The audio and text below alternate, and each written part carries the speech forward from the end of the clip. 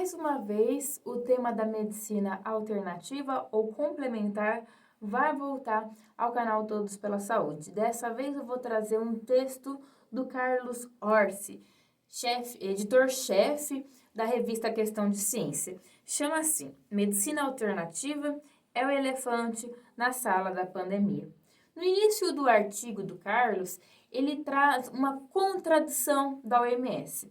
Como que é essa contradição? Em uma parte da nota da OMS sobre o tratamento e as questões referentes à pandemia, ela fala que sabe que a medicina alternativa traz muitos benefícios para as pessoas.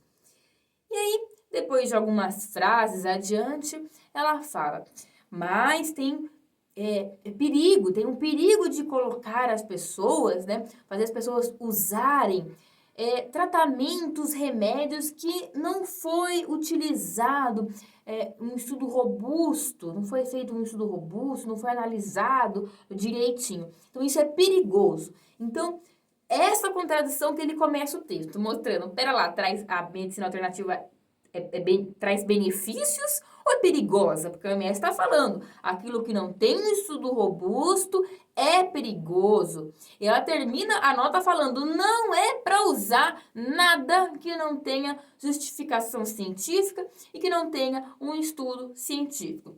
E por que isso é importante? A medicina alternativa não passa por esses estudos robustos. Inclusive, complementar alternativo já dá a ideia, já dá uma ideia pra gente que tem uma isenção dos estudos. Porque é complementar, é alternativo, não tem que ser. Se é alternativo, por que eu vou ser igual? Por que eu vou ser igual à medicina tradicional? Porque eu tenho que seguir os mesmos estudos. Inclusive, o Carlos Orsi traz que o que a gente está falando aqui não é invenção da nossa cabeça. A própria Anvisa, algum tempo atrás, estava preparando uma regulamentação específica para esses tratamentos alternativos, tradicionais e etc., que era muito menos exigente do que os medicamentos normais. Então, olha que bacana, vou ter uma legislação, uma regulamentação à parte, que não vou ter todas as exigências dos medicamentos normais.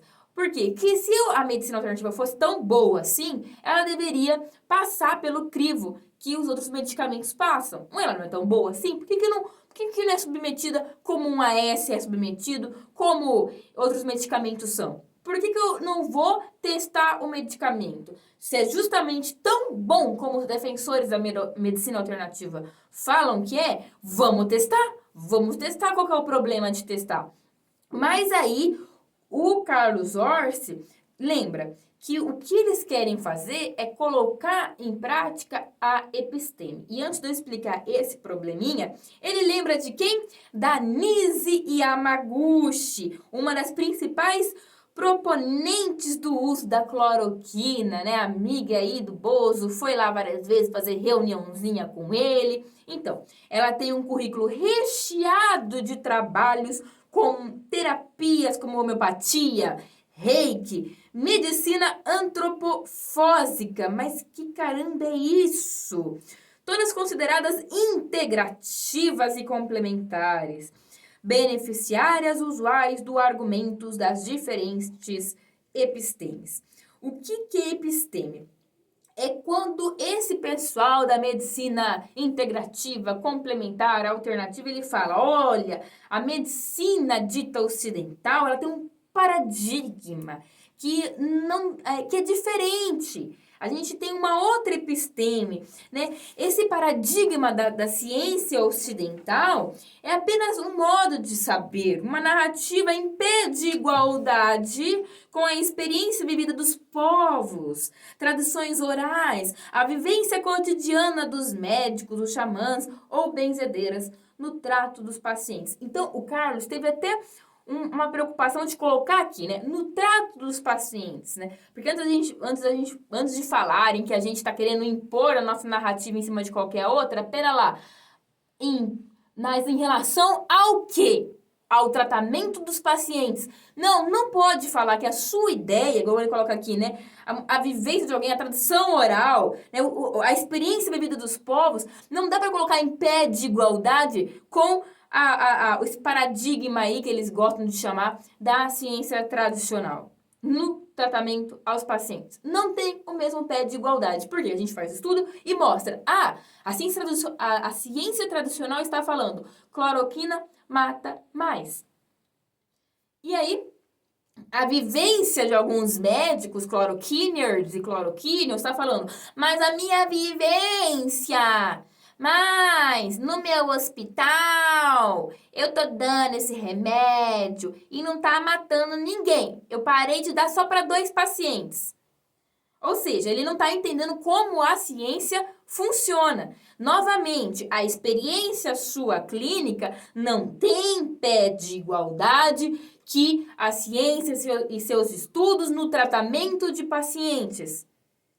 Então, a gente tem que ter toda essa noção que a Natália, em um vídeo de 7 minutos, que está circulando bastante aí na internet, a Natália Pasternak, explica muito bem esse detalhe que eu tô querendo expor sobre como a ciência funciona e por que a cloroquina tem que ser descartada e já é uma cartinha fora do baralho. Eu vou colocar na descrição esse vídeo de 7 minutos que é imperdível, tá?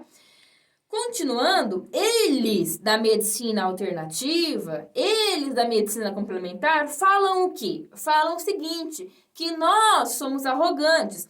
Mas como também muito bem lembrado pelo Carlos Orsi, né, existe um padrão histórico de homens, quase sempre são homens, que põem o fruto de seus insights e experiências pessoais num patamar igual ou superior aos resultados dos testes científicos bem controlados, ou dos princípios fundamentais da ciência, etc. Muito da medicina alternativa é, na verdade, medicina baseada em arrogância. E o Didier Hall é um dos maiores expoentes do que é uma medicina baseada em arrogância, até por toda a sua carreira de fraude científica que eu já expus aqui no canal. Olha, é difícil eu selecionar partes interessantes do texto para eu trazer para você, porque esse texto do Carlos realmente, assim, tá uma maravilha, tá? Para vocês lerem.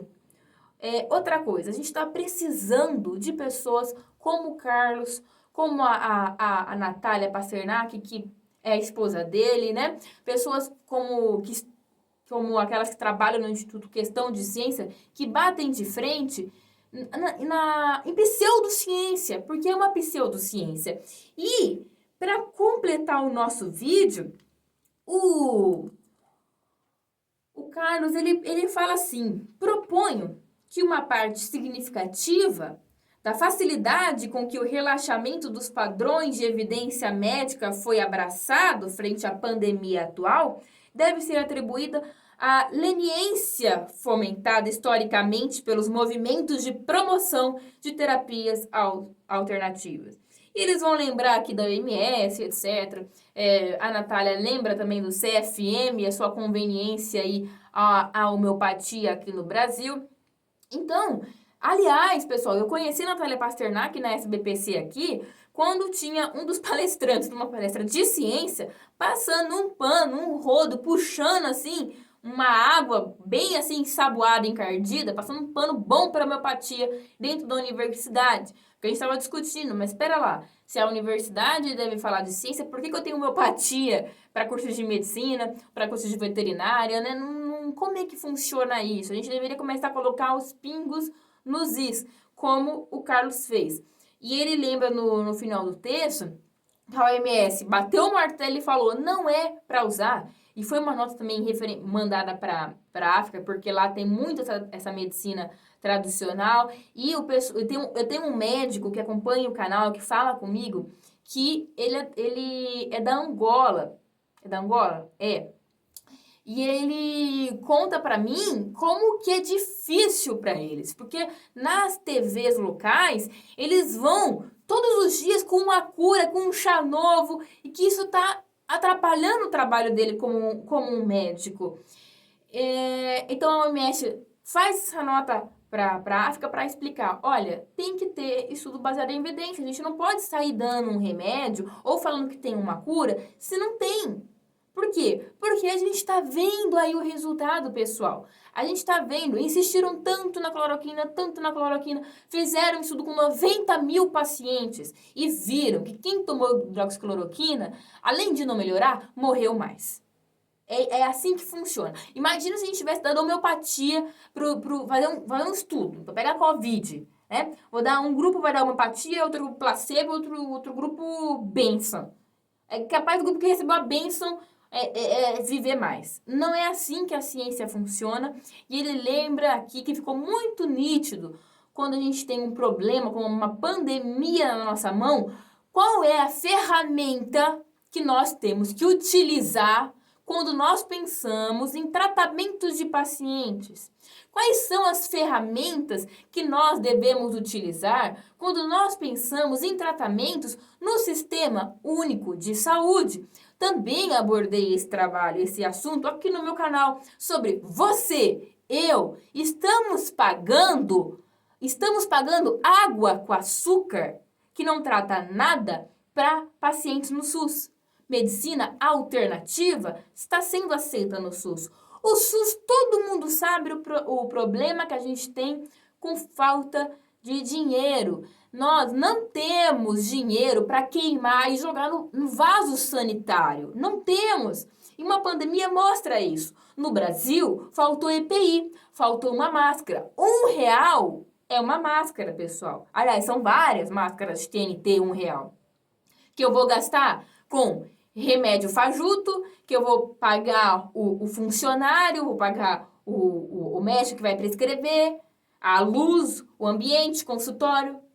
Então, a Natália criou o Instituto Questão de Ciência, que, aliás, ele já existe em outros lugares do mundo, e ela é presidente aqui, que inaugurou aqui no Brasil, justamente para começar um movimento que já tem em outros países. Que qual o movimento? A retirada desse charlatanismo, a retirada dessa pseudociência, tá? Das políticas públicas de saúde.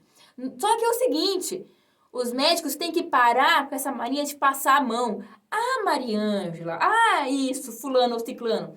Deixa eles, mal não faz. Tomar aguinha com açúcar, mal não faz. Ficar sendo furado, mal não faz. Faz mal sim, como foi o final, a conclusão do texto do Carlos Orsi, que eu vou deixar aqui linkado. O texto é muito claro. E finalmente, eu acho que essa situação serve para a gente deixar bem nítido essa história. Que não dá para passar a mão na cabeça de pseudociência quando a gente pensa no tratamento para os pacientes e em políticas públicas de saúde. Cada centavo é importante para o SUS. Tudo bem? E principalmente para fazer as pessoas entenderem o que é a ciência, como ela funciona e respeitar um pouco mais a medicina que não quer o mal de ninguém. Porque esses caras da medicina baseada em arrogância, adora falar que a medicina tradicional é maligna, que é isso. Não, a gente não quer o mal de ninguém, a gente quer ajudar as pessoas. Por que vocês vêm com esse discurso? Eu acho que quem está querendo o mal das pessoas é a medicina alternativa. Tanto é que eu fiz um outro vídeo no final do ano passado, de um jornalista da Folha de São Paulo, Gabriel Alves, que trouxe pra gente que quem financiava grupo anti-vacina eram pessoas que tinham empresas de medicina alternativa, que vendiam livros de medicina alternativa, que estavam financiando a morte e a volta de doenças. Então fiquem bem de olho com esses caras, porque de boa intenção o inferno está cheio. Compartilhe o vídeo, curta, se inscreva, tá? E até o próximo vídeo. Tchau, tchau.